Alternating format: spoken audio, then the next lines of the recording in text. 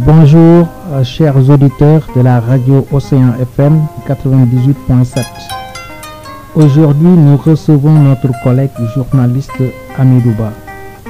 Bonjour, M. Ba. Bonjour, Abdou Diouf. Nous allons faire une brève présentation de notre invité. Hamidou Ba est le coordonnateur de la rédaction Lamphal TV et radio. Il est également directeur général de l'agence de communication BET Sénégal. Vous confirmez? Voilà, je confirme bien sûr. Alors, élection présidentielle 25 février 2024, c'est proche, n'est-ce pas? Tout à fait. Alors, après le parrainage, des candidats spoliés ou recalés, si vous voulez, ont adressé une lettre au président Macky Sall pour signaler des irrégularités dans le processus de parrainage contrôlé par le Conseil constitutionnel. Alors, selon eux, ces irrégularités justifieraient un échange avec le président. D'autres candidats dont les candidatures ont été validées par le Conseil constitutionnel, alors suspectent que le président pourrait utiliser cette lettre ou bien cette rencontre comme prétexte pour reporter l'élection présidentielle. Alors ma question, à quelques semaines de l'élection, ne voit-on pas une opposition dispersée où chaque parti ou coalition gère ses propres intérêts? Tout d'abord, merci Abdou Diouf. C'est tout un plaisir en tout cas de venir participer à votre émission. Vous l'avez dit déjà, à quelques semaines donc, des élections présidentielles. Là, je ne crois pas, en tout cas en tant qu'observateur, qu'on pourrait reporter les élections. Mais aussi l'autre aspect, ce qu'il faut encore signaler, comme vous l'avez dit tout de suite d'ailleurs tantôt, c'est le fait de voir une opposition dispersée. Vous savez, l'opposition sénégalaise n'a jamais été au rendez-vous de la fidélité, je pourrais m'exprimer ainsi. Souvent, l'opposition se réunit pour uniquement une chose, mais au final, je veux dire, il y a toujours une sorte de dispersion qui se pose. Et la preuve, c'est que vous constatez, après les parrainages, il y a eu le collectif des candidats recalés. Ils ont organisé en tout cas des conférences de presse pour crier haut et fort, comme cas que les normes n'ont pas été respectées par le Conseil constitutionnel, etc. Mais vous constatez avec moi aujourd'hui qu'après l'audience, qu'il y a division même au sein de l'opposition, au sein même de ce collectif. Tout à fait. D'autant plus qu'il y a Mimi Touré qui s'est démarqué, il y a Bougane Gueye qui s'est démarqué. Mais je voulais tout simplement attirer votre attention. Même Ousmane Sonko, qui s'est démarqué. Voilà, c'est ça. Docteur Abdourahmane Diouf, voilà. Le député Abdou Mbacké Bara Dolly, Aminata Touré, Amsatou Sow Sidibé, ont déclaré alors qu'ils n'étaient pas même liés à cette lettre-là. Mais je vais vous dire une chose. Pour eux, le président Macky Sall n'a plus de prérogatives même sur le processus électoral. Mais bien sûr, parce que vous savez, je vais vous dire une chose, Abdou Diouf.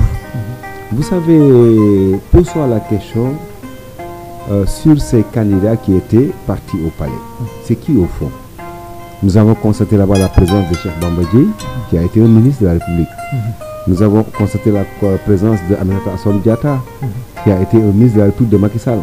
Nous avons constaté la présence de Cheikh Tidiane Gadio, qui a été ministre au temps d'Abdoulaye Wade. Nous avons constaté la présence aussi du ministre Alioune Sarr, qui a été ministre de la République de Macky Sall.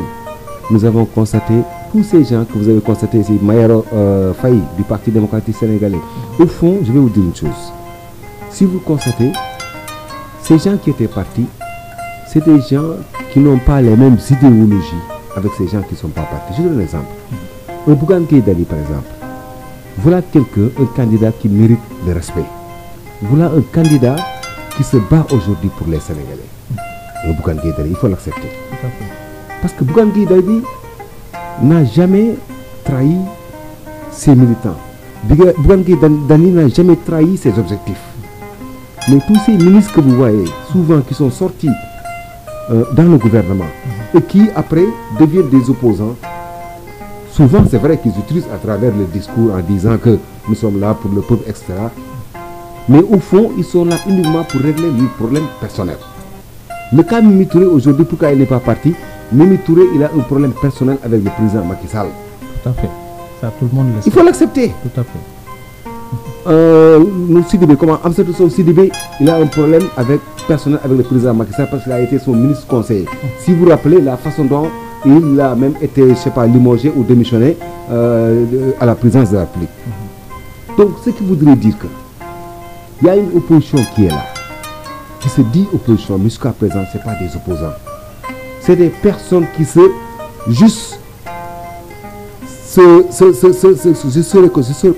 quel mot utiliser peut-être, des personnes qui utilisent le mot opposition ou bien des personnes qui se réfugient derrière l'opposition pour uniquement régler leurs problèmes personnels. Mais au fond, ce n'est pas des personnes qui sont là pour défendre les intérêts du peuple. D'ailleurs, c'est pourquoi je vous pose cette question.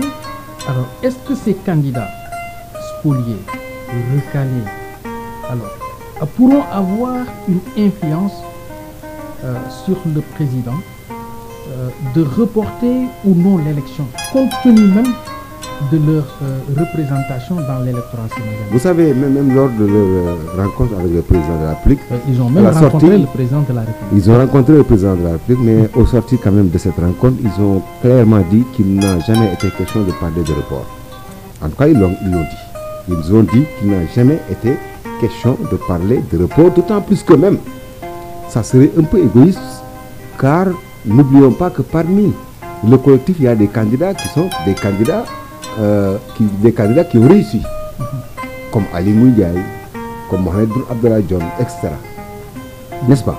Donc, ce qui veut dire que le problème du report n'est plus maintenant un problème parce que eux, en tout cas, par la voix de Cheikh Bamba Dièye et Alioune Sarr, quand ils sont sortis à travers les déclarations, ils ont clairement été clairs, disant comme que nous n'avons jamais la question concernant le report des élections n'a jamais été posée, d'autant plus que cela n'est pas en tout cas l'objectif. L'objectif c'était quoi? C'est de dire au président que nous étant des candidats recalés, qu'on puisse quand même nous donner nos droits. Parce qu'eux ils estiment qu'en tout cas le Conseil constitutionnel n'a pas bien procédé en ce qui concerne le contrôle des parrainages. Alors maintenant, ils sont en train peut-être même, je ne dirais pas de se fatiguer, mais ils sont en train de jouer un double jeu. Qu'est-ce que le président leur a répondu? Mais le président de la République ne peut que répondre que par des assurances en tout cas. Non, il les a retournés voilà. Au Conseil constitutionnel. Au Conseil constitutionnel. Une décision de justice, moi je n'y peux rien. Je n'y peux rien. C'est ce qu'il a dit. C'est ça. Donc ce qui voudrait dire qu'actuellement, c'est pourquoi je dis que ces personnes sont en train de jouer un double jeu. C'est des candidats qui sont là, qui ont eu des problèmes avec l'État, même où ils étaient soit des ministres ou bien en tout cas des membres du gouvernement, ils ont eu des problèmes. Ce que les Wolofs disent souvent, ils étaient des merguemous. Ils ont échoué. Ils n'ont qu'à assumer. Ils n'ont qu'à assumer. C'est ça le problème. Mais le fait de voir à chaque fois ces hommes politiques tromper le peuple, ces hommes politiques utiliser souvent la voix du peuple pour vraiment agresser ou bien même des fois faire de leur façon politique qui n'est pas vraiment du tout acceptée, ça je crois que ça doit cesser. Aujourd'hui, je crois avec les élections présidentielles, avec l'étape des parrainages, on a pu comprendre quand même qu'il y a une réalité qui est là. Et qu'aujourd'hui, les Sénégalais quand même se sont exprimés bien avant même les élections présidentielles. D'ailleurs, même 21 candidats ont passé l'étape du parrainage. Alors, nous sommes toujours dans le cadre de l'élection présidentielle. Alors, on a publié une liste définitive de 21 candidats, n'est-ce pas? Alors, le constat, d'un côté, tous les candidats qui ont cheminé ça, tout à fait. avec Macky Sall. Tout à fait. Je peux même en citer. Tout à fait. Ali Moudiaye, Boun Abdallah Dionne, Mamboy Diao, tant d'autres. De l'autre côté, ont passé, ont été retenus, ont passé le cap du parrainage. Alors, de l'autre côté, les candidats comme Soham Wardini, Anta Babacar Ngom, le professeur Daouda Ndiaye, Boubacar Camara, Alpha Thiam, Pape Djibril Fall et les autres. Alors méconnus, je peux dire, sur la scène politique, ou d'un côté méconnu ou manque de cote de popularité qui laisse à désirer. Alors maintenant, plus ces candidats, plus des candidats de l'antisystème. Je fais une analyse. Cheikh Tidiane Dièye, Bassirou Diomaye Faye et les autres. Alors, ma question, est-ce que ce n'est pas un résultat calculé qui pourrait, en cas de deuxième tour, alors les anciens compagnons de Macky Sall vont rejoindre leur parti d'origine. Dès maintenant, Abdou Diouf, je vais faire savoir une chose. Ou bien leur coalition d'origine. Dès maintenant, Abdou Diouf, j'espère, ou bien je peux me permettre de vous dire un schéma qui, en tout cas, il faut s'y attendre. Parmi les 20 candidats, comme vous le constatez, il faut accepter que même si aujourd'hui il y a eu divergence entre certains candidats, beaucoup de candidats, comme je te l'ai dit, entre eux et le régime actuel, ou bien entre eux et la coalition Benno Bokk Yakaar, il y a toujours l'idéologie qui est là. Par exemple, ils sont 21 candidats aujourd'hui. Mais je peux te dire que seul Cheikh Tidiane Dièye, Abdourahmane Diouf, Bassirou Diomaye Faye, Mimi Touré peut-être, vu aujourd'hui le problème qu'elle a avec le président Macky Sall, avec aussi le Benno Bokk Yakaar. Il n'y a que ces 4 aujourd'hui. Si par exemple Amadou Ba parvenait jusqu'à aller en deuxième tour, au second tour, excusez-moi, je peux te jurer qu'il a mille chances, excusez-moi, pour être président de la République. Vous savez pourquoi? Parmi ces 21 candidats, Amadou Ba face à un de ces candidats, je te dis, que ce soit Bassirou Diomaye Faye, que ce soit Cheikh Tidiane Dièye, que ce soit l'autre là, comment ça s'appelle encore, si je ne peux pas, Bassirou Diomaye Faye et Cheikh Tidiane Dièye, voilà. Par exemple, les autres vont se rallier derrière Amadou Ba. Vous savez pourquoi? Parce que tous ces gens que vous voyez là, Anta Babacar Ngom, Pape Djibril Fall, comment s'appelle encore, le ministre Aly Ngouille Ndiaye et autres là, tous ces gens, Abdoulaye n'ont jamais adopté le système Sonko. Ils n'ont jamais accepté ces genres de politique. Ça c'est clair. Donc ce qu'ils voient en Ousmane Sonko par exemple étant un homme politique violent, c'est comme ça qu'ils traitent, ou bien c'est comme ça même qu'ils jugent un Bassirou Diomaye Faye ou bien un Cheikh Tidiane Dièye. Jamais, au plus grand jamais, je te le dis dès maintenant Abdou Diouf, que ni Anta Babacar Ngom, ni Mohamed Boun Abdallah, ni Aly Ngouille Ndiaye, ni, je sais pas, en tout cas les 18 candidats, personne d'entre eux ne va jamais soutenir ces candidats au cas où ils seraient en face de Amadou Ba au deuxième tour. Mais est-ce que dans ce cas-là, ce que disent les gens, beaucoup pensent qu'ils ont été montés par toutes pièces par le président Sall. Ils n'ont pas été montés, mais seulement, vous savez, ils ont eu des problèmes personnels même, je dirais. Ils ont eu des problèmes personnels avec le président Macky Sall. Ils ont boulé. Mais sache que non, mais ils n'ont pas accepté. Le choix de Amadou Ba. Mais c'est ça, c'est pourquoi je le dis. Ils ont eu des problèmes personnels avec le président Macky Sall. Par exemple, Aly Ngouille Ndiaye, c'est son cas. Le fait de choisir Amadou Ba, il n'a pas été d'accord, il est sorti. N'est-ce pas? Mohamed Boun Abdallah Dionne, c'est son cas. Que le cas Mimi Touré, je te l'ai expliqué. Donc c'était le problème de l'Assemblée nationale, la présidence de l'Assemblée nationale. Mais ma question, s'ils n'ont pas accepté la candidature le choix de Amadou Ba, est-ce qu'au deuxième tour, logiquement, ils doivent l'accepter? Ils vont l'accepter. Vous savez pourquoi? Parce que ce sont des gens qui n'ont jamais accepté, comme je te l'ai dit, ce système politique qu'adoptent actuellement les ex-passifs, je veux dire.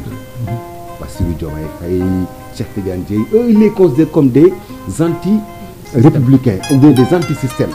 Et que ces gens maintenant, ces candidats comme vous me dites là, les Pape Djibril Fall et autres là, c'est des gens qui ont toujours négocié, qui ont essayé toujours, en tout cas, comme les Wolofs le disent,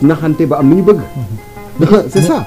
Ils ne croient pas à des gens qui sont là, il faut avoir ça par force, ou bien il faut utiliser, par exemple, la rue, etc. Ils considèrent que ces gens-là, leur système n'est pas notre système. Leur façon de faire n'est pas notre façon de faire. C'est pourquoi je dis que jamais au plus grand jamais, Amadouba, face à ces ex-pastéfiens-là, jamais au plus grand jamais, tu verras quelqu'un parmi eux de ces candidats rejoindre Bassirou Diomaye ou Cheikh Tidiane. Peut-être Mimi Touré. Pourquoi? Parce que Mimi Touré, aujourd'hui, Mimi Touré, son problème avec Macky Sall, c'est devenu quelque chose de vraiment très lourd pour elle, de façon que l'importance pour lui, ce n'est même pas Macky Sall, mais c'est la mouvance présidentielle puisse quand même quitter le régime. Ok. D'accord. Alors, pour le candidat Bassirou Diomaye Faye, il est en prison, n'est-ce pas? Oui, tout à fait. Alors, est-ce normal de laisser un candidat présidentiel en prison, ou bien le sortir de prison pour dérouler sa campagne électorale à égale chance des autres candidats? Vous avez même, en tout cas lors de la déclaration que les candidats recalés ont fait après leur rencontre avec le président Macky Sall, il a été question aussi de parler du candidat Bassirou Diomaye Faye. Et que jusqu'à présent, en tout cas, certains juristes, Bassirou Diomaye Faye n'a pas été jugé. Mais qu'est-ce que le président a dit? Il a dit simplement, voilà, c'est ça. Et je crois simplement que si ses avocats déposent une demande de liberté provisoire, alors c'est au juge d'en décider. Et je crois que c'est possible d'ailleurs, d'autant plus qu'en tout cas, certains spécialistes du droit l'ont même dit, Bassirou Diomaye Faye n'a pas été jugé jusqu'à présent, donc vraiment il bénéficie quand même de tout quand même atout ou bien tout droit aussi pour être un candidat. Et que je crois que même, à mon avis, les membres du PASTEF ne sont pas quand même dupes d'une façon quand même choisir un candidat qui pourrait avoir des problèmes avec la justice, à mon avis. Si aujourd'hui on voit le parti PASTEF, avec tous ses cadres, choisir un Bassirou Diomaye Faye, c'est parce que tout simplement, même si c'est vrai que ce dernier est en prison, il y a possibilité quand même pour permettre cette personne de venir quand même mener sa campagne comme tous les candidats. Pour ce problème-là, moi je crois que c'est un problème qui va bientôt se régler, même bien avant la campagne présidentielle. Bassirou Diomaye Faye va rejoindre son équipe politique pour quand même pouvoir exactement jouer son rôle en tant que candidat choisi. En tout cas, le peuple l'attend sur le terrain. Comme ça, il sera à égale chance avec les autres candidats. D'ailleurs, je pense que c'est tout à fait logique. Maintenant, on verra avec la justice. C'est une question de justice. Alors, c'est la justice de décider. Alors, avant d'aller à l'élection présidentielle, est-ce que l'opposition ne devrait-elle pas s'unir autour de l'essentiel sur le fichier électoral, une personne indépendante pour l'organisation des élections? Alors, presque 1 million, je dis 1 million de personnes introuvables sur le fichier électoral, etc. Il y a autant de problèmes. Alors, est-ce que l'opposition ne devrait pas s'unir, essayer de faire front unique pour régler ces problèmes-là? Mais vous savez, l'opposition, ces derniers temps, si vous vous rappelez, lors d'une conférence de presse qu'avait organisée Bougane Gueye Dany, où il y avait la présence du docteur Abdourahmane Diouf et Aminata Touré, il y a même Bougane Gueye, lors de son discours, qui disait que je tendais la main à Mimi Touré, à docteur Abdourahmane Diouf et à toute l'opposition pour qu'on puisse s'unir. Et que tout récemment aussi, lors de la conférence de presse organisée par l'opposition, il y a Mimi Touré même qui disait il est temps que nous, l'opposition, qu'on puisse s'unir pour quand même, d'ici les élections, nous organiser.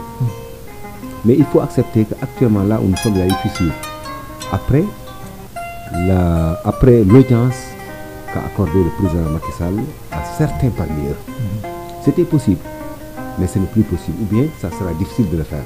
Parce que ce collectif s'était organisé, ils ont organisé des conférences de presse, ils ont fait des sorties médiatiques, mais entre-temps, il y a eu cassure à travers cette lettre adressé au chef de l'État à travers cette alliance et tout cela. Mais est-ce qu'il ne devait pas se concerter avant d'aller voir le président de la République? Mais le problème, c'est que, vous savez, à chaque fois quand il y a concertation, c'est vrai. Les autres étaient au courant. Mais c'est ça qui pose problème. Vous savez, comme je te l'ai dit tout de suite, l'opposition sénégalaise a eu toujours des problèmes de coordination, a eu toujours eu des problèmes de fidélité. Parce que, vous savez, au début, eux, étant des recalés, ils se sont organisés à travers un collectif. Ils ont organisé des conférences de presse, des sorties médiatiques. Ce qui voudrait dire quand même qu'il y avait une discussion bien avant au préalable qu'ils avaient mené pour quand même faire un combat ensemble. Mais tant que une partie. Mais vous savez, le problème c'est que opposition, quand il y a toujours intérêt, il y a des divisions. À chaque fois quand l'opposition s'unit, quand il y a un intérêt devant, il y a toujours cassure. C'est ça qui pose problème. Mais est-ce que c'est pas tout ça, cette situation-là ne sera pas à leur défaveur? Mais bien sûr. Aujourd'hui, nous sommes à une semaine ou 2 semaines même du démarrage de la campagne électorale. Tout à fait. Et il y a des organisations au niveau de l'opposition. Il faut dire la vérité. Depuis que Macky Sall est là, il a pu avoir la chance quand même de manipuler l'opposition. Il faut l'accepter. Il a pu avoir la chance de réussir ce qu'il avait dit, réduire l'opposition jusqu'à sa plus petite expression. Il a réussi. Parce que tu sais pourquoi? Il connaît bien les Sénégalais. Il connaît bien l'opposition sénégalaise. Jamais il y aura des personnes toujours fidèles. Vous êtes 5. Toujours il y aura 1 ou 2 personnes qui vont trahir. Parce que devant le pouvoir, devant les privilèges, il y a des gens qui se disent non, attends, je saute sur l'occasion. Qui cèdent facilement. Voilà. Ils vont céder facilement. C'est ça le problème. C'est pourquoi l'opposition sénégalaise aura toujours des problèmes. Maintenant, ce qui différencie l'opposition traditionnelle, je veux dire, ces anciens opposants comme les chefs Tidiane Gadio, comme je te l'ai dit, les Ali Ngouille, les Mohamed Abdoulaye Dione, eux, c'est des opposants traditionnels. Tant qu'il y a ce pouvoir qui sera là demain, ils vont se battre pour leur propre compte. Mais par exemple, cette nouvelle génération maintenant qui est là, par la grâce de Dieu, on peut par exemple nommer Bougane Gueye Dany, Ousmane Sonko, c'est Cheikh Tidiane Dièye. C'est une nouvelle génération qui est là, qui fait la politique par conviction. Ce n'est pas des gens qui le font par luxe. Ce n'est pas des gens qui le font pour donner, avoir des privilèges. C'est pourquoi je te dis tout de suite qu'il y aura des problèmes de conflit de génération. Parce que ces collectifs ne pourront pas réussir leur objectif parce que tout simplement, ces anciens qui sont là ne sont là que pour leur propre compte. Alors que ces jeunes qui ont maintenant une nouvelle façon de faire la politique ne peuvent pas s'accorder avec ces gens-là. Ils ne peuvent pas. C'est ça le problème. Actuellement, si vous constatez, pour maintenant finir ce chapitre, Abdou Diouf, au moins par la grâce de Dieu, aujourd'hui le Sénégal, on a eu la chance d'avoir une nouvelle génération d'hommes politiques qui le font par conviction, qui le font uniquement pour défendre ce peuple sénégalais, qui le font uniquement pour demain être à côté de ce peuple sénégalais, mais qui ne le font pas pour vraiment s'enrichir par la grâce de Dieu. En tout cas, l'opposition sous Wade était beaucoup plus pragmatique, soudée et unie que sous Macky Sall. Donc c'est ce que vous avez dit tout à l'heure, que Macky Sall a réussi à diviser l'opposition. Ça c'est vrai. Alors, une candidature importante a été définitivement recalée, celle de Karim Wade. Avec tout ce qui s'est passé sur sa double nationalité. Sa nationalité française a été même supprimée. Est-ce qu'il ne fallait pas accepter sa candidature vu l'électorat qu'il représente au niveau national et international? Vous savez, Abdou Diouf, la candidature de Karim Wade pour moi n'a jamais été sérieuse. Pourquoi?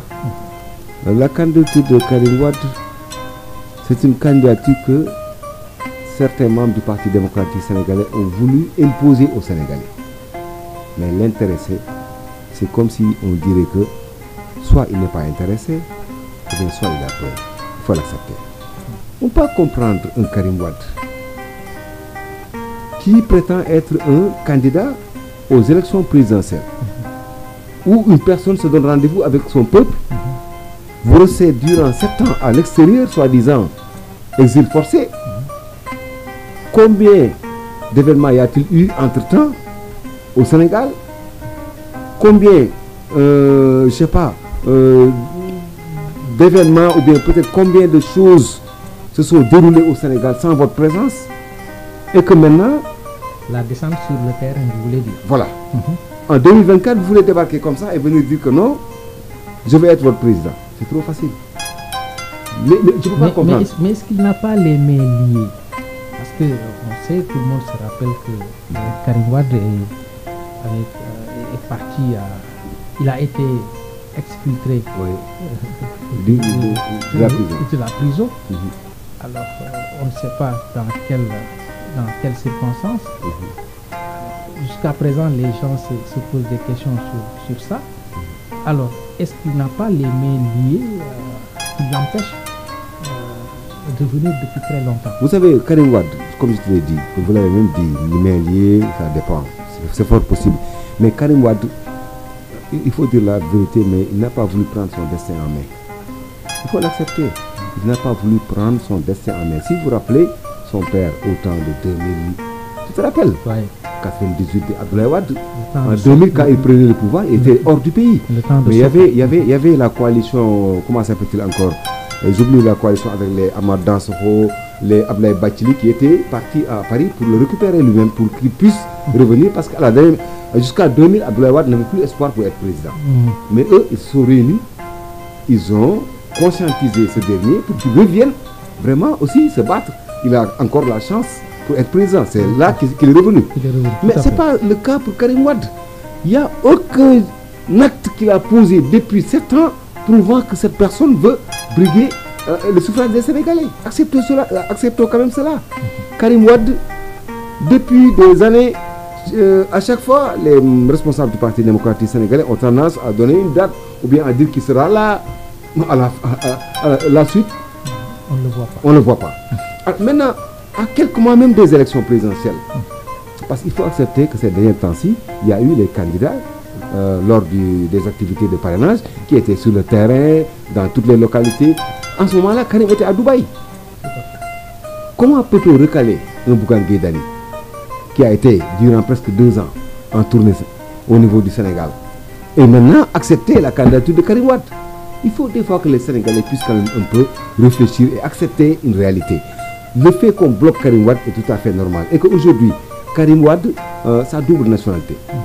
Mais Abdou Diouf, Karim Wade, je ne veux pas trop juger la personne, mais Karim Wade, nommer Karim Wade à la présidence de la République, c'est comme pour moi nommer un Français à la présidence de la République du Sénégal. Il faut l'accepter.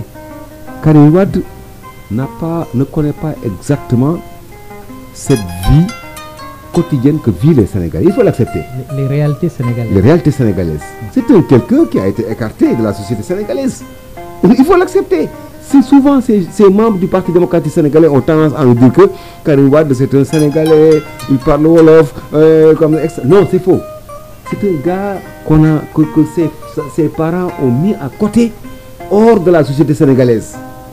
Il a été ministre quand son père était président. Mais Karim Wade, en la voyant, sa façon de faire, sa façon de vivre, sa façon même d'apparaître, tu sens nettement que cette personne-là n'est pas un vrai Sénégalais. On peut être Sénégalais de père, je suis entièrement d'accord. Il est Sénégalais, parce qu'il y a son père qui est Sénégalais. Mais cela ne voudrait pas dire qu'il est Sénégalais. On soit Sénégalais d'abord, en soi-même. On soit d'abord Sénégalais parce qu'on est Sénégalais, hein, à travers sa façon de vivre, à travers sa façon de parler, à travers son éducation, à travers son comportement. Maintenant, on peut accepter. Il nous faut avoir la carte internationale, etc. Ça, c'est juste des papiers administratifs qu'il faut remplir. Mais pour être un vrai Sénégalais, il y a des conditions traditionnelles qu'on a, nous les Sénégalais. Est-ce que cette personne-là, Karim Wade, il a ses atouts? Est-ce qu'il connaît ces réalités sénégalaises qui pourront lui permettre de manager très bien les Sénégalais? En quoi il a été ministre ici? Non, il a été ministre sous son père. Sous le régime de son père. Mais bien sûr, il a été. Mais c'est de bonne guerre. Son ministre étant président de la République, lui a confié 4 ou 3 départements ministériels. C'était normal. C'était normal. Mais Karim Wade, bien avant que son père soit président de la République, il n'était pas au Sénégal. Il n'était pas au Sénégal. C'est quand son père a pris le pouvoir qu'il est revenu maintenant s'installer au Sénégal. La preuve. Mais est-ce que gérer un pays demande d'être là? Je pense que c'est une expertise. Bien sûr, Abidou. On ne peut pas gérer des personnes qu'on ne connaît pas. Même ici à Touba TV, à mon avis, le directeur général il doit connaître l'ensemble des départements, maîtriser les services techniques, maîtriser la régie, le service commercial, etc. Mais on ne peut pas dire qu'on peut manager un pays où on ne connaît pas ces réalités. On ne peut pas vraiment diriger un pays où vraiment on n'est pas adapté aux réalités de ce pays. Non. Karim Wade, pour moi, c'est mon avis en tout cas, mais même s'il était candidat, les Sénégalais devaient refuser de voter pour cette personne. Parce que pour moi je dis, laisser encore Macky Sall continuer le mandat serait mieux pour nous de même donner ce mandat ou bien d'élire Karim Wade à la présidence de la République. Alors, merci. Est-ce que l'électorat, cet électorat de Karim Wade, c'est l'électorat de son père, le PDS, parce qu'il y a un électorat authentique qui est là, qui attend. Alors, cet électorat-là, de Karim Wade, frustré, ne va pas basculer, si toutefois il ne va pas basculer du camp de l'opposition radicale. Celle de Diomaye 2024. Vous savez, Karim Wade, il faut l'accepter. Ouais. Après le pouvoir d'Abdoulaye Wade, après la chute. C'est important. Oui, après la chute du je constate que tous les membres du PDS sont frustrés. Après, vous avez les frustrations, c'est pas aujourd'hui. C'est après la chute d'Abdoulaye Wade en 2012, si vous le constatez. Après les années qui suivent, après 2012, il y a eu tellement de démissions des responsables, de hauts responsables. Tous ces démissions-là, c'était à cause de Karim Wade. Il faut l'accepter. Mais il y a des membres authentiques qui attendent. C'est ça, j'en viens. Tous ces hauts responsables qui avaient démissionné uniquement parce qu'il y avait un Karim Wade qui était là, qui voulait prendre les commandes. Donc il y avait son père, après le pouvoir, maintenant, il y a un lobby qui est là, qui a mis comme règle, c'est Karim ou rien. C'est Karim ou rien. Aujourd'hui, tous ces fissures qu'il y a eu au PDS, c'est parce que tout simplement, ils ont été un peu, excusez-moi du terme, négligents. Comment peut-on prendre une seule personne et dire que vous êtes la seule personne à pouvoir relever le défi? Dans un parti comme le Parti démocratique sénégalais, un parti qui a été créé en 1974. Aujourd'hui, voilà les conséquences. Voilà les conséquences. Karim Wade, il faut l'accepter. Il a commencé à créer des frustrations depuis 2012. Aujourd'hui, maintenant encore, il y a eu encore en 2024 ce résultat. Tiens-toi bien, il est clair qu'il y aura encore d'autres démissions, d'autres départs. Parce que on ne peut pas comprendre un parti depuis 2012 jusqu'à maintenant 2024 qu'on puisse se concentrer sur une seule personne et dire que sans cette personne-là, rien ne va se faire. Et depuis presque une décennie, les réalités ont changé. Ont changé. Surtout avec la jeunesse là. Voilà, c'est ça le problème. Et pourtant, le Parti démocratique sénégalais ne mérite pas cela. Parce que c'est le seul parti, je te dis, qui a quand même des militants fidèles. Tout de suite, vous l'avez dit.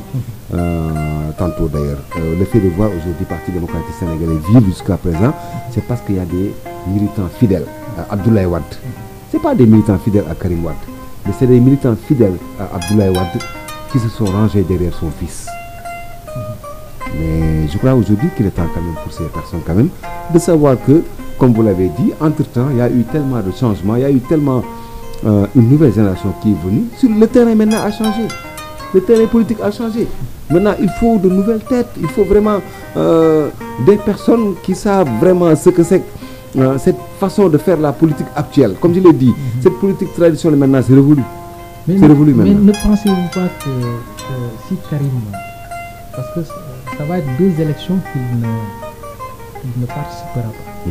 Alors, si Karim ne participe pas définitivement à cette élection de 2024, alors pensez-vous un bel avenir pour le PDS? Est-ce que le PDS ne va pas s'effondrer? En tout cas, dès maintenant, je peux vous jurer que le PDS va commencer. Parce que le PDS, vous savez, ils ont toujours tendance à dire que le PDS existe, mais le PDS... Parce qu'il y a un seul constant, c'est Karim. C'est Karim. Tous les autres qui sont partis... Toujours tendance à nous faire croire comme quoi que le PDS est là, le PDS est là. C'est vrai, le PDS est là de nom.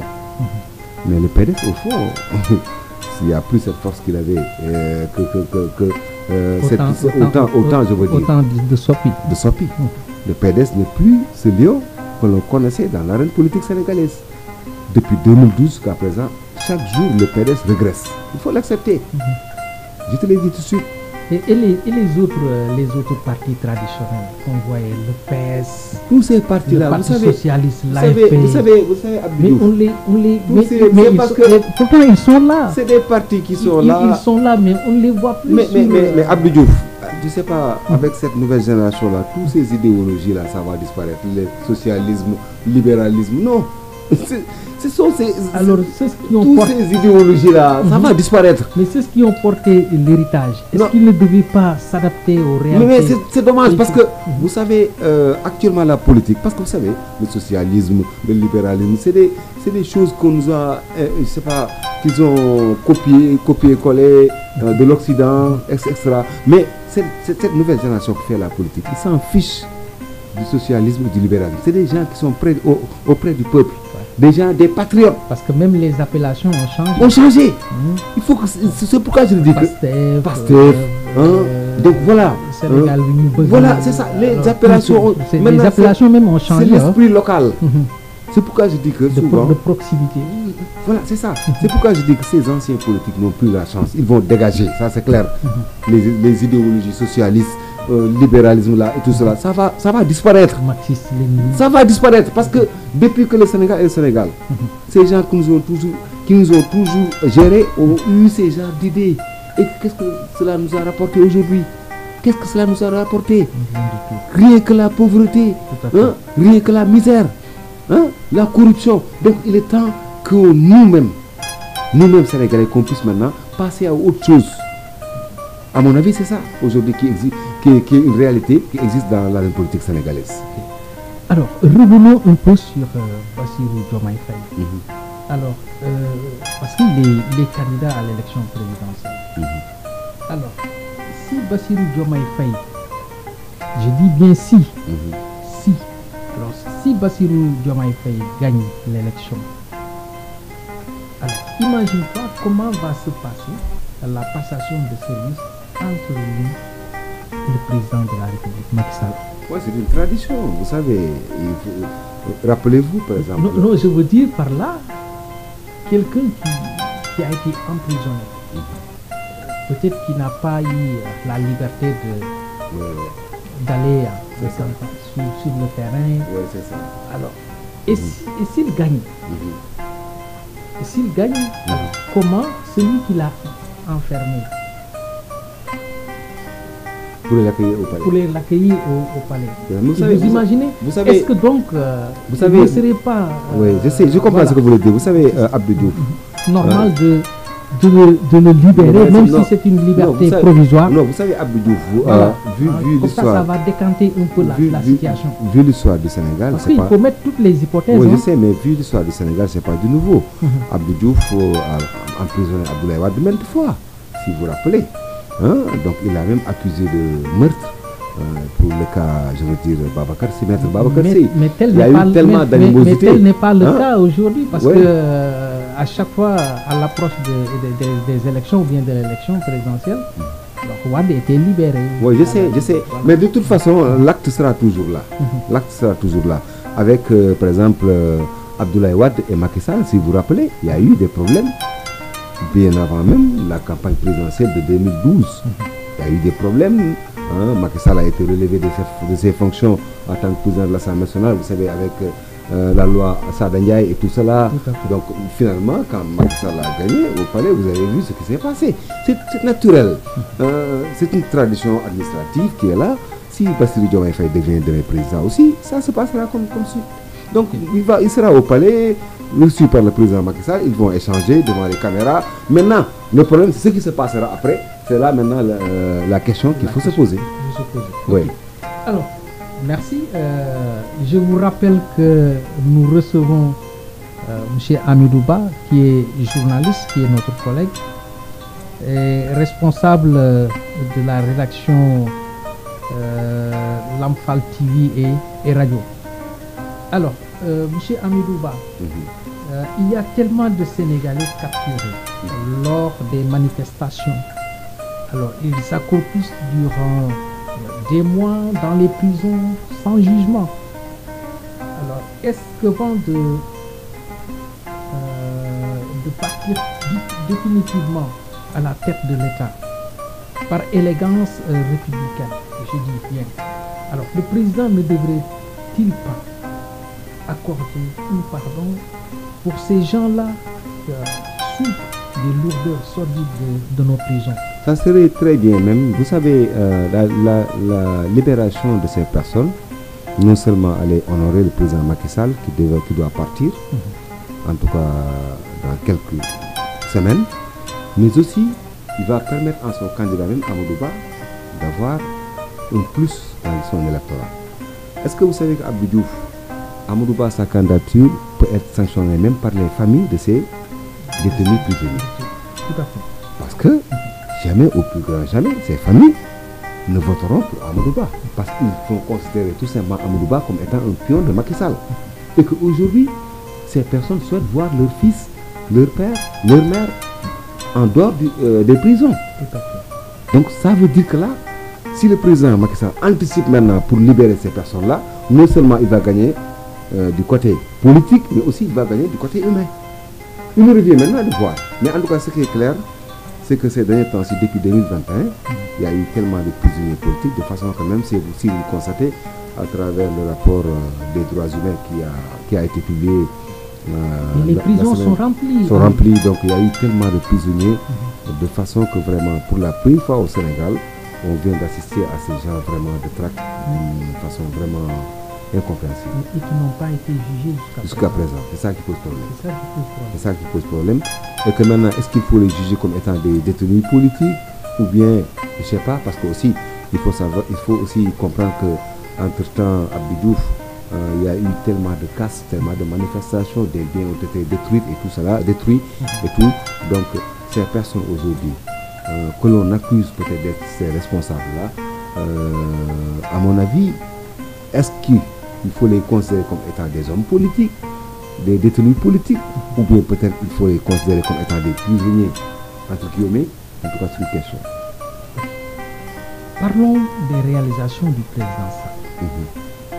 Les réalisations, il faut l'accepter. Il a beaucoup fait pour le Sénégal, n'est-ce pas? Des réalisations qui sont visibles partout au Sénégal.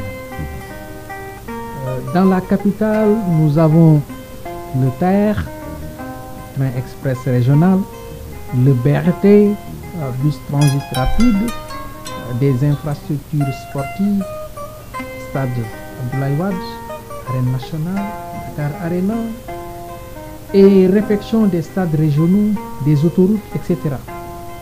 Alors, Hamidou, il en a beaucoup fait sérieusement. Il a enclenché tout à fait. Des sentiers énormes dans tout le pays. Alors, quel est votre niveau d'appréciation sur ces réalisations du président Wade? Il faut accepter que quand il s'agit de réalisation de projets, le président Macky Sall, depuis que le Sénégal est le Sénégal, il n'y a pas eu un président qui a réalisé de tels projets. Il est le meilleur, franchement, il faut l'accepter. Depuis 1960. Il est clair aussi qu'il faut accepter que Maître Abdoulaye Wade a été l'initiateur de tels projets. C'est parce que, je veux dire, c'est à partir de 2012 qu'on a eu un président qui a osé affronter les grands projets. Je me rappelle, par la grâce de Dieu, mon ami, l'ancien maire de Dakar, Mamadou Diop, Diop le maire, que Dieu l'accueille dans son paradis. C'était mon ami, mon père. Paix à son âme. Paix à son âme, excusez-moi. Merci. Il m'a une fois dit, tu sais, mon fils, Vous avez la chance aujourd'hui vraiment, avec votre génération, je le dis pourquoi. Il me dit, vous avez la chance d'avoir accès à l'information, avoir la chance de dire tout ce que vous voulez, etc. Mais vous savez, nous, j'ai été ministre de la Santé. Durant toutes mes missions dans le gouvernement, je n'ai jamais eu comme instruction du président de la République, fais ça ou fais ça. Lui, tu viens, tu lui présentes ton projet, il te dit, ok, c'est bon. Mais vous avez eu la chance d'avoir des présidents qui ont eux-mêmes des initiatives et qui font exécuter ça par le gouvernement. Tu vois? Donc c'est pourquoi j'ai dit que c'est en 2012 qu'on a eu la chance d'avoir un Abdoulaye Wade qui a été l'initiateur des grands projets. Tout à fait. Par la grâce de Dieu, en 2012, on a eu Macky Sall qui a été la continuité. Et que le président Macky Sall aussi, il faut l'accepter. Tu l'as dit tout de suite. Il a réalisé tellement de projets que vraiment un président Macky Sall, aujourd'hui, on ne peut pas le blâmer quand il s'agit de réalisation de projets. Mais le seul hic, c'est tout simplement une chose. Au moment où de réaliser tous ces projets, il a fait un petit faux pas, un peu, je ne sais pas comment l'expliquer. Il s'est laissé faire par l'opposition, par un peu ses provocations qu'a toujours souhaité l'opposition. Tout à fait. Et que l'opposition, de sa part, sachant que ce gars-là est un bâtisseur, il fallait donc faire des provocations. Et lui aussi, il a répondu à ces provocations. Ces provocations maintenant, qui ont, cette réplique maintenant, je veux dire, qui un peu a fait que beaucoup de gens ne voient plus ces travaux de Macky Sall. C'est ce qu'il a fait, tout à fait, ses réalisations. C'est ça. Mais c'est une personne qui a fait beaucoup de réalisations. Mais ces confrontations avec l'opposition ont fait que beaucoup de Sénégalais disent que Macky Sall n'a rien fait. Mais Macky Sall est le meilleur parmi les présidents qu'on a eu. Il faut l'accepter. Et pourtant, certaines franges de la population ont décrié ce qu'il a fait en disant que les priorités sont ailleurs, surtout le côté social. Alors, qu'en dites-vous, amis? Vous savez, nous sommes dans un monde où c'est vrai que les Sénégalais, souvent, ils ont l'habitude de dire travaux au moment où les gens souffrent, la vie est chère, etc. Nous sommes dans un monde qui évolue comme ça, M. Diouf. Nous sommes dans un monde où il faut permettre maintenant aux personnes de pouvoir eux-mêmes se créer de l'économie. Et pour se créer de l'économie, il faut bâtir des routes, il faut construire des routes, il faut construire des infrastructures et tout cela. C'est à travers cela maintenant que ces mêmes personnes qui se disent, qui souvent disaient qu'on a une vie chère devant nous, ou bien que la vie est difficile, etc. C'est à travers ces routes, c'est à travers ces infrastructures que maintenant ces citoyens pourront s'appuyer pour maintenant avoir de quoi vivre. Nous sommes dans un monde où maintenant, chaque minute qui passe représente beaucoup de choses. Chaque minute doit être exploitée. Est-ce que maintenant il faut financer les gens pour avoir de quoi faire le repas, le petit déjeuner, etc. Ne pas maintenant permettre aux gens de pouvoir mieux se déplacer rapidement, régler ses problèmes et revenir, etc. Non. Aujourd'hui, avec ces infrastructures, avec ces routes qu'on a aujourd'hui, peut-être, Abdou Diouf, tu as la possibilité d'aller tout de suite à Touba et revenir. Tout à fait. Mais si ce n'était pas ces autoroutes-là, il a Touba, par exemple, tu ne pourrais jamais le faire.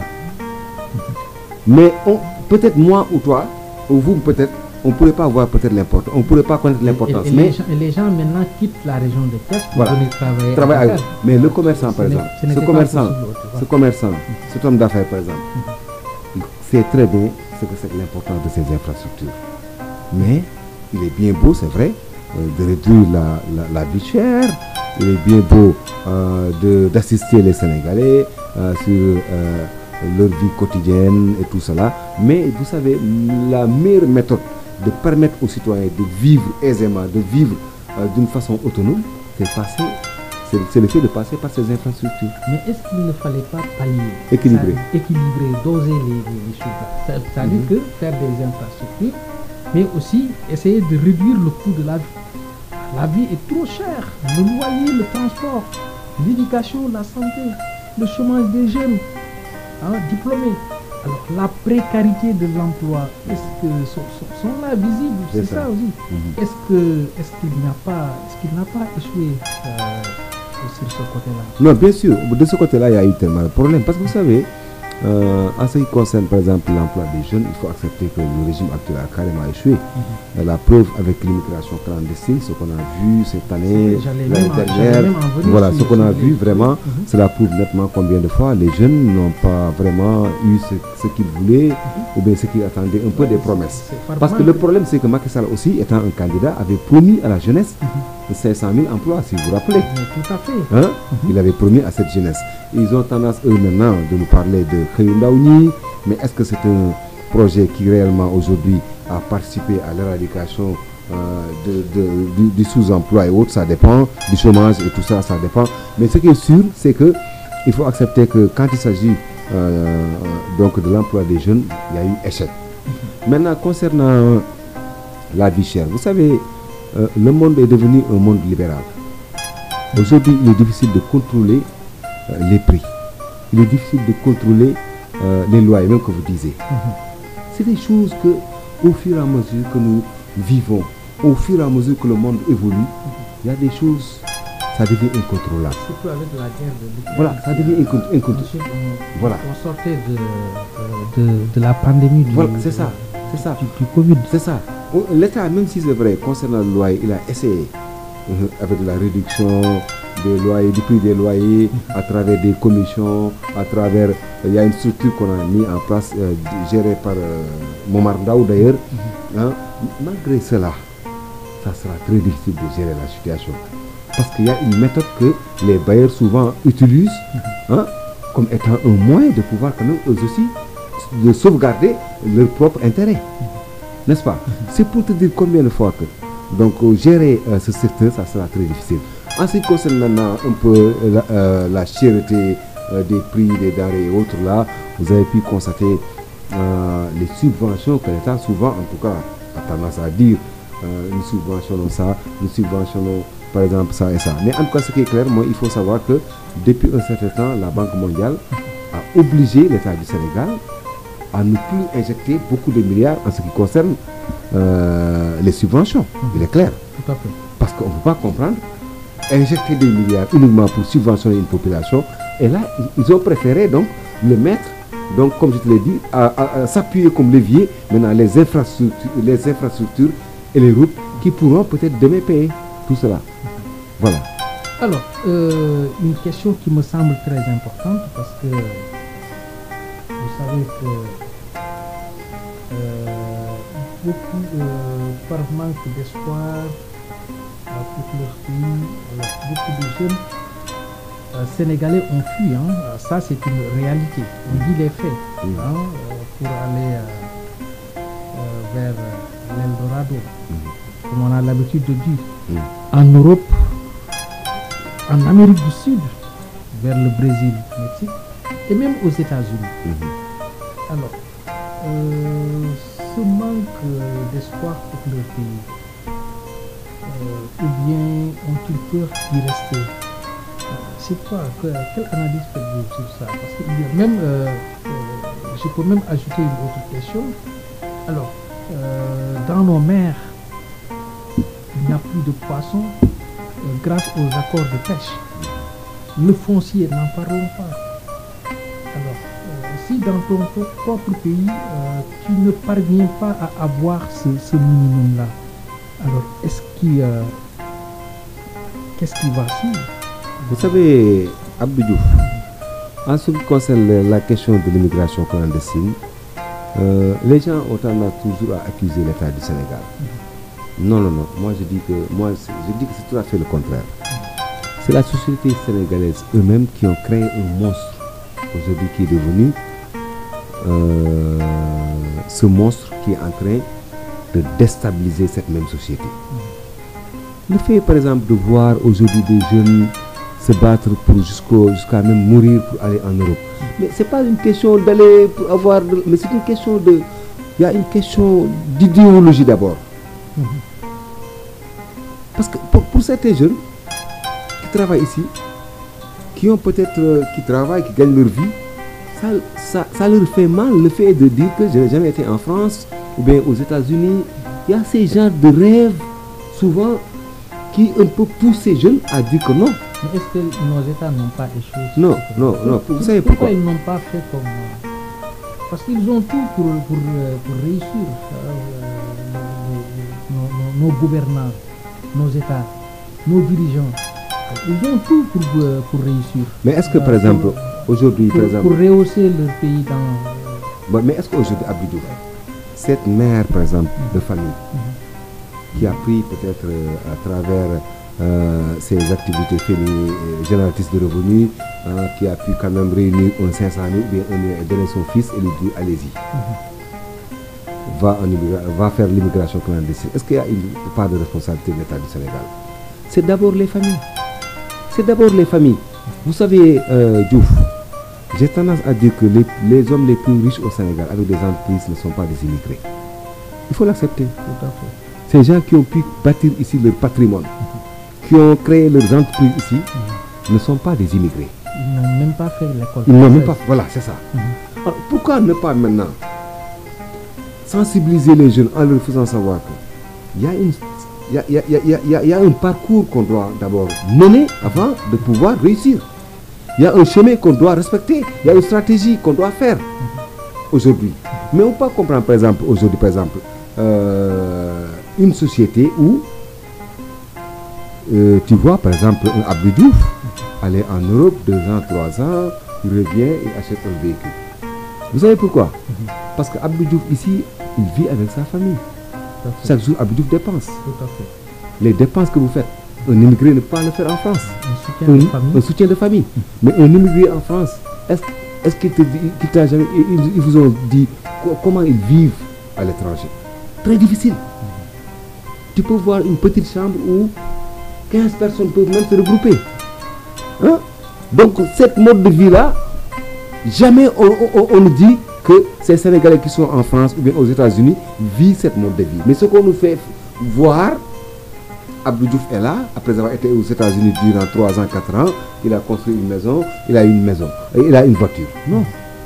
Et pourtant, toi, Hamidou Ba qui est là peut-être a pu dépenser plus que Abdou Diouf durant ces 3 ans ou 4 ans, mais c'est parce que cette période-là, Hamidou Ba est ici au Sénégal avec ses propres parents, ses proches, etc., etc. Ce que vous dépensez, cette personne-là dépense quoi? Moi, j'ai discuté avec le président des Moudou. Tu sais ce qu'il m'a dit? Vous, ce que vous dépensez, nous, on ne dépense pas ça. On ne dépense pas même la moitié. Nous, notre chance, vous savez, c'est quoi? Je lui ai dit quoi? Il m'a dit que nous, là-bas, on a la possibilité d'épargner parce qu'on ne voit ni maman, ni frère, ni rien. Tu ne fais qu'épargner. Maintenant, toi, si tu as quelque chose à manger, tu manges. Alors que vous êtes obligé chaque jour de dépenser. Tout à fait. Donc, pour vous dire combien de fois Abdou Diouf, il faut faire croire à ces jeunes Sénégalais qu'on peut être là et se battre, qu'on peut être là et réussir.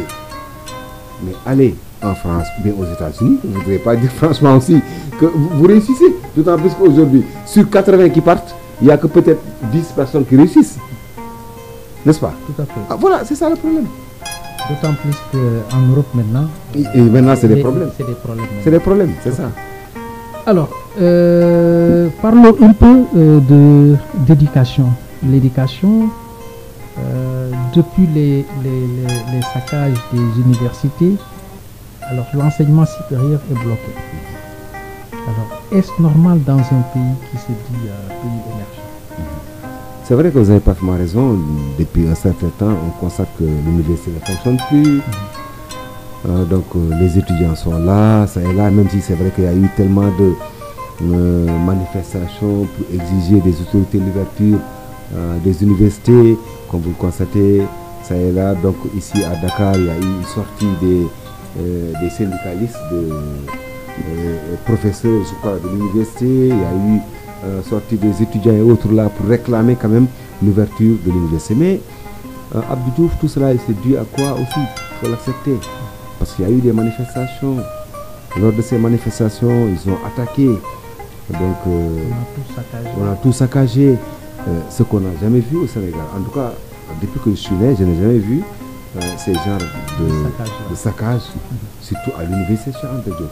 Il était clair que ces genres d'actes pourraient avoir des conséquences. Et voilà les conséquences aujourd'hui. Des conséquences qui ont été provoquées par des confrontations politiques. Ça c'est clair. Mais aujourd'hui, acceptons quand même que le secteur de l'éducation a de sérieux problèmes. Le fait de voir aujourd'hui l'université être fermée depuis lors, uniquement parce qu'il y a eu cette situation que personne n'a jamais souhaitée, et que maintenant, pour l'année, comment ça va se passer, ça dépend. Est-ce qu'il ne devait pas avoir des mesures d'urgence? Mais vous savez, pour que les étudiants reprennent les amphis. Ces derniers temps-ci, le ministre de l'Enseignement supérieur avait fait une sortie pour dire que eux, ils ne refusent pas de reprendre. Mais c'est le personnel même qui demande des garanties de sécurité. Est-ce que tu comprends? Parce que la majeure partie parmi eux, les véhicules ont été saccagés, on les a tous, donc la majeure partie d'entre eux ont eu des problèmes de sécurité et tout cela. Donc c'est le personnel qui exige, le personnel du centre des œuvres universitaires de Dakar, je veux dire, qui exige un certain nombre de sécurité. Il a été même question de voir, maintenant, est-ce qu'il faut prendre des bus, je ne sais pas, etc., pour voir comment faire pour assister ce personnel et tout cela. Mais jusqu'à présent, il n'y a pas encore eu compromis qui devrait permettre quand même à ce personnel de pouvoir reprendre. Mais ce qui est sûr est que ces genres d'actes aussi ne doivent pas donc se reproduire. Parce que on peut peut-être faire l'erreur de s'affronter dans la rue, je sais pas, mais quand même jusqu'à attaquer quand même des bâtiments comme cela. Donc vraiment, ça laisse à désirer et que c'est pas un souhait. Et aujourd'hui, d'ailleurs, tu vois, les conséquences sont là. Voilà, c'est ça. Alors, M. Hamidouba, notre émission tire à sa fin. Alors, nous terminons par une note sportive. Vous aimez le sport? Oui, bien sûr. Vous pratiquez le sport? Oui, je pratique le sport, mais ça fait longtemps que je ne l'ai pas fait. Par manque de temps. Ok. Le Sénégal a bien débuté sa CAN, n'est-ce pas? Alors, 3 matchs pour autant de victoires. Vous êtes optimiste que l'équipe peut remporter la Coupe 2 fois successive? Moi, bien sûr, je suis très optimiste. L'autre fois, j'en parlais avec des amis, je leur ai dit que depuis que la CAN a commencé, c'est comme si on dirait que j'ai la confiance totale que le Sénégal va remporter encore la CAN. Parce que depuis le début, comme vous constatez, vraiment l'équipe nationale du Sénégal est en train de mener un système de jeu que tout le monde apprécie d'ailleurs. Et que par la grâce de Dieu, depuis des années, les Sénégalais se sont toujours battus pour vraiment être des champions d'Afrique. Et vous voyez, comme les Wolofs le disent, le Jot Yomb. Aujourd'hui, c'est nous, et que nous souhaitons vraiment que cela soit nous aussi, après donc cette CAN. Ok, que nous aurons une deuxième étoile sur notre maillot. Voilà, c'est ça. Ok, merci. Hamidou, votre dernier mot? Voilà, mon dernier mot, c'est d'abord vous remercier Abdou Diouf et vous dire que j'ai été très content d'ailleurs de venir participer à cette émission. Et en tout cas aussi, vous me permettez de lancer un appel à tous les Sénégalais à ce qui concerne donc les élections présidentielles donc du 25 février. Bientôt, nous allons démarrer la campagne, mais dire tout simplement qu'aux Sénégalais qu'on peut faire la campagne sans violence. N'oublions pas que depuis 2021, notre pays souffre. Donc, d'après en tout cas les estimations, il y a eu tellement de pertes, que ce soit pertes matérielles, humaines et tout cela. Donc moi je crois qu'avec ces élections présidentielles, il est temps aussi que nous les Sénégalais, qu'on puisse quand même se réconcilier, mais aussi faire savoir aux hommes politiques qu'il est temps, en tout cas pour eux, de changer de comportement, car nous sommes tous des Sénégalais et que nous devons faire pour le bonheur du Sénégal. Alors, je vous rappelle que nous recevions M. Hamidouba, un confrère qui nous a fait une brillante analyse sur la situation politique au Sénégal. Merci aux auditeurs de la 98.7 Océan FM. Merci au directeur de la radio, M. Abdoulaye